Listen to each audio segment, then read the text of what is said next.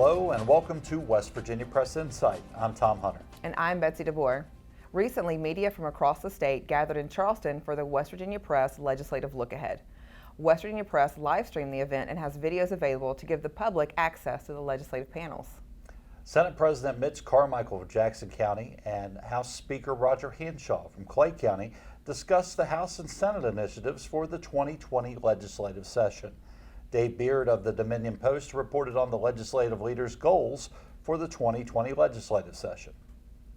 Now, the great point about Senate Bill 1 last year is that just since its implementation in June, there have been 2,367 applications for this West Virginia Invest program. In other words, people that can come to the community and technical college system, get an associate's degree or certification in welding, electric, some other disciplines.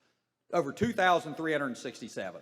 Of that, 1,000 received West Virginia help money, state taxpayer money.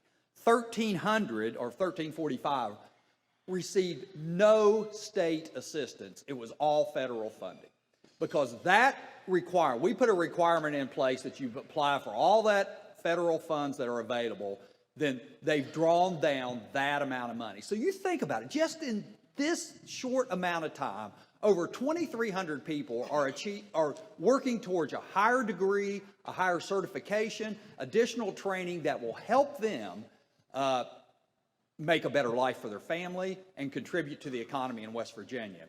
And realize, we put in place a provision in that bill that requires the recipient to live and work in West Virginia for a period of 2 years or pay the loan back. So it becomes a loan instead of a grant. It's a great win-win-win for the people of West Virginia, the state economy, and the future families that will be changed by the additional training that they'll receive. Every place has a unique economic advantage that they need to capitalize on, and the state can play a role in it. But in many ways, we need to level the playing field and ensure that the resources are allocated in a way that is not politically motivated to a politically powerful person, or so to speak, but more made on pure economic decisions. So we get the most return and achieve the best objective when we help those people and those communities in those areas which are already trying to help themselves.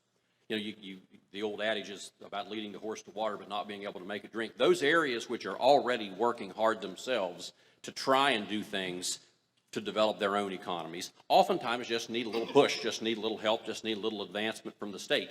And that's where things like site preparation can come into play. It's where things like helping broadband cooperatives form in areas where the local communities have already come together and done the legwork to say, we need a broadband cooperative here, we want to form one, we just don't know how to do it. Can you help us? Can you, the Broadband Council, for example, help us form a broadband cooperative? Well, the answer is yes, and that can happen whether we're talking about one forming in Morgantown or Welch. That can happen in any place in which the citizens are already coming together to help themselves. We know that our counties are struggling under crippling jail bills. We know that our counties are simply unable to provide certain kinds of basic services in the communities of our state, because they're spending huge amounts of money, tens and hundreds of thousands of dollars a month, paying jail bills. But yet we learned in our interim process last month that over 50% of the population of our regional jails is made up of men and women awaiting trial.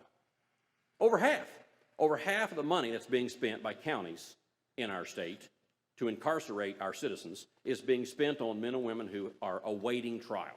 So we're going to look at that this session. We're going to ask questions about whether it's appropriate that we use our facilities in that way, whether we use our bail and bond statutes in the way that we are, or whether we explore a different mechanism to make sure those people actually appear at trial.